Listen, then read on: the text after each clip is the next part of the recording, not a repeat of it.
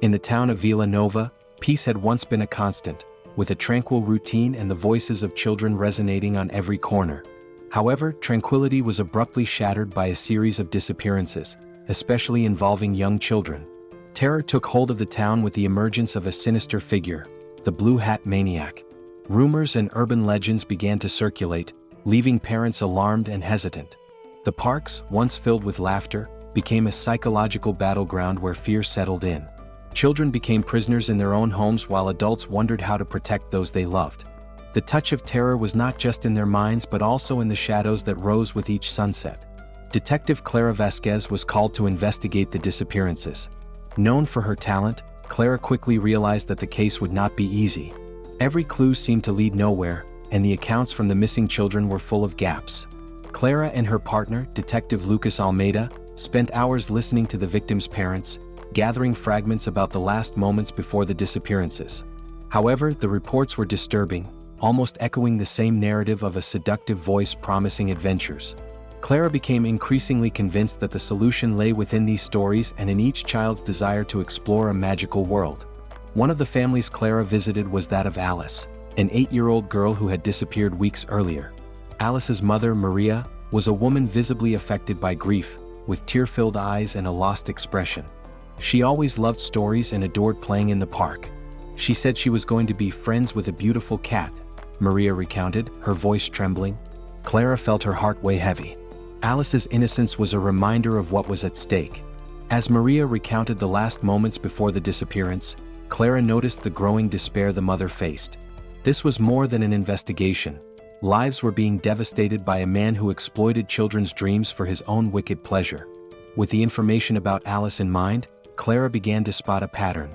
All the abducted children were lured by promises of adventure and toys. Considering how the maniac disguised himself as a friend, Clara and Lucas investigated the most frequented parks. They collected reports of sightings of children interacting with a man in a blue hat. Every picnic, every smile could be a trap. Clara and Lucas also reached out to child psychology experts to understand how manipulators managed to deceive young minds. The stories told by the man were like sirens calling children to an abyss, and this connection was crucial to unraveling the mystery. During the investigations, Clara became obsessed with one detail: the blue hat. This piece of clothing had become an icon of fear in the town. With each sighting of a man wearing a similar hat, alarms were triggered, leading to chases and strong reactions within the community. One day, a group of children in a park revealed that they knew a storyteller who always wore the hat when he arrived. Clara shared this information with the team, raising alerts about the strange figure. The siege around the suspect intensified, but they still needed a solid lead. The atmosphere was charged with tension. Every movement could bring forth the truth everyone feared. One night, while Clara and Lucas were reviewing data at the precinct, an unexpected call shook the foundation of the investigation. A 7-year-old boy, Pedro, who had managed to escape captivity, was found wandering the streets. He was dazed and frightened, but he managed to report details that would send shivers down anyone's spine. He had toys, lots of toys, and he said we were special, that we could play forever, Pedro said, the words rushing out of his trembling mouth. But when I saw the locked door, I heard him say he couldn't let anyone out. The revelation left Clara paralyzed. The emotional connection the maniac seemed to have created was deeper and more insidious than they had imagined. Pedro was not just a victim. He had become a key element in understanding the disturbed mind of the man who was pursuing them. We played hide and seek, but there came a point when the toys weren't fun anymore and he got angry. I didn't know what to do, Pedro continued, tears streaming down his face. Clara listened attentively, noting every word. Pedro's experiences were painful but essential for the police to capture the maniac. When he revealed that there was a secret attic, where he kept the special things he collected from the children, Clara felt a wave of horror. She needed to know more and quickly formulated a plan of action. Determined to locate this secret attic, Clara and Lucas began a new phase of the investigation. They planned patrols in areas where the maniac might hide his victims. Information about new toys in local stores and the scarcity of children on the streets became top priorities. The sense of urgency grew every day. As Christmas lights twinkled in the windows, the town was captivated by the holiday spirit, but for Clara, there were no festivities, only an accumulated despair wrapped in a strand of hope. At the same time, they set up alerts in schools and community circles, sparing no effort to keep every child safe. The children being released who did not forget the stories of the Blue Hat began to form an army against fear. Clara harnessed their collective strength to transform the voices of each child into a safety net. The townspeople were on high alert, and support for the parents became crucial. Meanwhile, Clara had the idea to create community events to reverse the narrative. "Tell stories of courage instead of fear," she said, in an effort to restore the community's emotional safety. The events were successful, involving everything from storytelling to games and activities that promoted unity among the little ones. However, the maniac remained invisible, and the town needed to confront the still unmasked shadow. Then, during one of the activities in the park, an alert was issued about a man seen wearing a blue hat. The news spread rapidly through the area like wildfire. The smell of adrenaline filled the air as adults scattered to keep an eye on the children. Clara was there, capturing the collective intent of the crowd. She was about to set a new trap to lure the maniac, hoping he would make an appearance. The atmosphere was electrically charged, and Clara, focused on the task, tried to calculate the man's movements in her mind. The clock was ticking and anxiety consumed her. In the heart of the night, while a group played Christmas music, Clara saw the silhouette of a man moving between the trees. Her heart began to race. The moment they had been waiting for was about to become reality. She was about to give the signal when the man turned and their eyes met. He was smiling, a smile that seemed more like a mask of contempt. Clara felt a sudden chill run down her spine. She was torn between the urgency to act and the desire to understand the mind behind that gaze. The detectives moved in, forming a security cordon around the man. "You're surrounded. There's nowhere to run," Lucas said as the officers approached, ready to act. The man looked at them, his expression slowly changing from disdain to nervousness. Clara realized that this confrontation was more than just a capture. It was a battle between the innocence of the children he had harmed and the darkness he embodied. The man began to retreat, mumbling something inaudible, and Clara felt the weight of responsibility settle on her shoulders. It was time to confront him. With a firmness she didn't know she had, she took a step toward him. "You cannot play with the lives of children. You don't belong in our world." In the heat of that moment, tension exploded. The man began to run, and Clara and Lucas followed him. The park was full of life, but at that moment it seemed like a labyrinth of shadows and lights. The chase ran through paths and bushes, with the man darting in unpredictable directions, a predator trying to escape his own trap. But he was confused, and every corner he took seemed to lead him back to the siege. Clara and Lucas stayed close, almost breathing as one, knowing the capture was about to happen. The struggle between light and darkness resonated in every beat of their hearts. Finally, in a desperate, unexpected move, the man jumped over a fence. Clara and Lucas pressed on as the police prepared to close in on him at the other end. He was no longer a man, just a shadow fleeing from what he had caused. Clara heard the sound of sirens in the distance, a light of hope in the voices of the children who could play again in peace. With one last effort, Clara shouted, "You can't do any more harm. No one is scared of you anymore." The words echoed in the air, and the effect was astonishing, capturing the man in a vulnerable moment. With police on standby and Clara determined, they finally subdued the Blue Hat maniac. The capture was made with a combination of strategy and tactical strength, and within minutes the man was in custody, his dreams of influence and terror finally over. Clara felt exhausted but also relieved. Looking at him, she saw not just the cause of suffering, but the embodiment of so many open wounds in the families of Villanova. Essentially, it was a victory over the shadows that had affected so many innocents. But the story wouldn't end there. There was much to discover about this man's mind. After the capture, Clara and Lucas met with the team to discuss the next steps. "We need to understand why he did what he did," Clara said, resolute. The victims were not just numbers in a report. Each child had a story, and Clara wanted to give voice to those stories. They finally decided to conduct a series of interviews with the maniac, hoping to uncover what was behind his macabre choices. Even knowing that the man would likely not reveal his motivations easily, it was a necessary step. Each answer might clarify how to better protect the children in the future. In the days that followed, the maniac was interrogated at the detention center. He had become a legend in the town, a figure of repulsion that everyone wanted to understand, but his words remained an enigma. Clara boldly sat in front of him, determined to unravel the troubled mind of that man. "Why did you do this?" Clara asked, her gaze steady and her tone unwavering. The man smiled, an empty smile that seemed to hide much more. "The games were for everyone," he said, as if simply explaining a common activity without any remorse. Each interrogation session revealed only fragments of a broken mind. The maniac had created a parallel world where he believed he was providing joy and fun. "They don't understand this side of magic," he would say, as if trying to justify his actions. Clara struggled to maintain her composure, but the connection between his distorted vision and the fragility of children's innocence made her question the human mind. "You imprisoned them.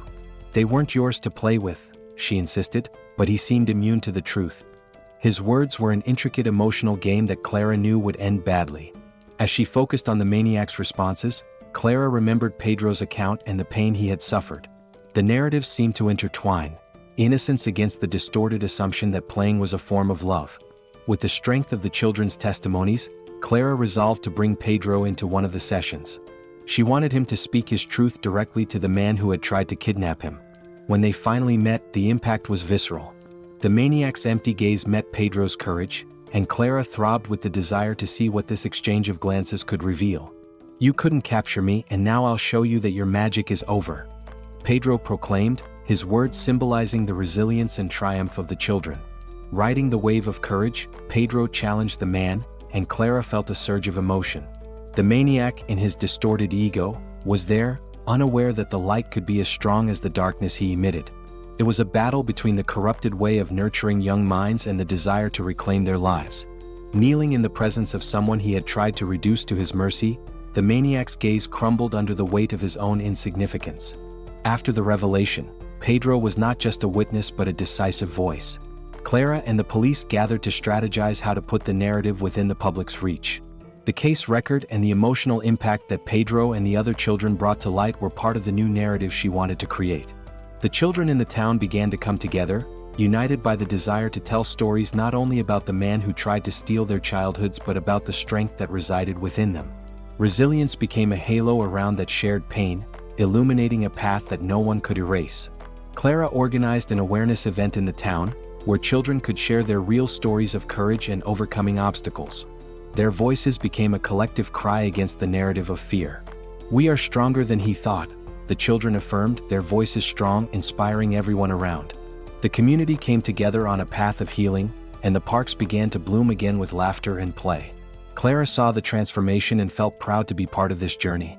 The children, who had once been touched by terror, were now rising like little warriors, showing the world that light could not be easily extinguished by a shadow.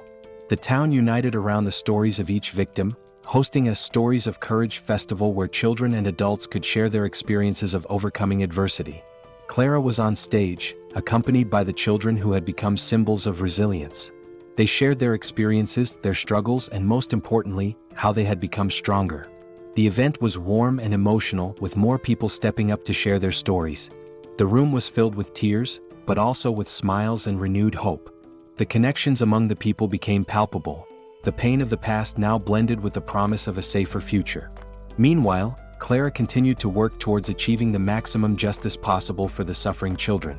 The maniac was brought to trial, and the stories shared at the festival were used as evidence of the impact he had caused in the lives of so many families. Clara guided each of the children who testified, helping them cope with their trauma and prepare the words they needed to say. The courtroom was charged with emotion, a place where tears and cries of pain intertwined, creating a heavy atmosphere where the truth was about to emerge. Clara knew that those weak and broken words represented collective power, an investment in healing. The hearings were long and exhausting. The maniac, now in a state of despair, tried to deflect the accusations, claiming that everything had been a misunderstanding. But the children were direct, staring into the eyes of the man who had tried to destroy their lives. This became a cathartic moment for both them and the spectators. The judge listened attentively, absorbing the stories and feeling compelled by both the sadness and the courage that filled the courtroom with palpable energy.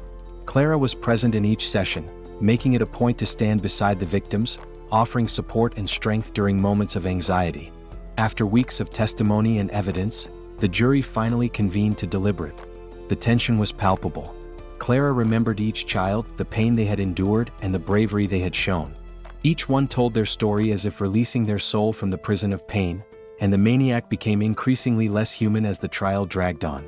Even with the certainty that the truth was shining brightly, her mind could not escape the fact that the decision would not be based solely on observable evidence but also on something much deeper that permeated emotion and lived experience. Finally, the verdict was read: guilty on all counts. The room erupted with a mix of emotion, relief, and a liberating catharsis. Clara felt a weight lift from her shoulders. The maniac was sentenced to a long prison term, and the judge emphasized the seriousness of the act, highlighting the impact of his actions on so many lives. Clara observed the faces of the children who had testified. They wore a mixture of smiles and tears, celebrating a victory that, though late, brought peace. The community breathed a sigh of relief, knowing that justice had been served. The stories that were once shadows were now lights along the path.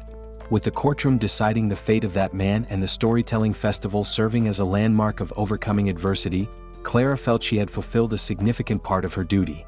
But there was more to be done. The healing of a community doesn't happen overnight. Clara began to work on psychological support sessions to help the affected children. She partnered with local therapists and psychologists to create programs that would assist the youth in coping with their trauma and rebuilding their lives. The work was not easy, but each step taken was another brick in the reconstruction of a future where the innocence of children would be protected. As new bonds formed among the residents of Vila Nova, Clara found herself increasingly close to the children. They came to see Clara as a motherly figure or a heroine, someone who understood them and was ready to fight for their rights. The weekly meetings became a space where they shared stories, played games, and supported each other in overcoming fear. Clara frequently reminded the children that true strength comes not only from the courage to face fears but also from the ability to reconnect with lost joy and innocence. It was a journey of rediscovery. The voices that had once been silenced were now a powerful chorus singing for protection and love. Months after the verdict, as the autumn leaves fell, Clara walked through the park where it all began. The blue hat no longer symbolized fear but resilience and rebirth. Families returned to the park with smiles on their faces, and the sound of innocent laughter resonated once more.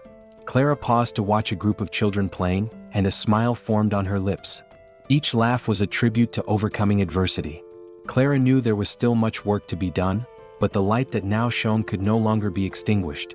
The echoes of the past had become the foundation for a safer future where children could play, tell stories, and dream, far away from the shadows of the blue hat maniac.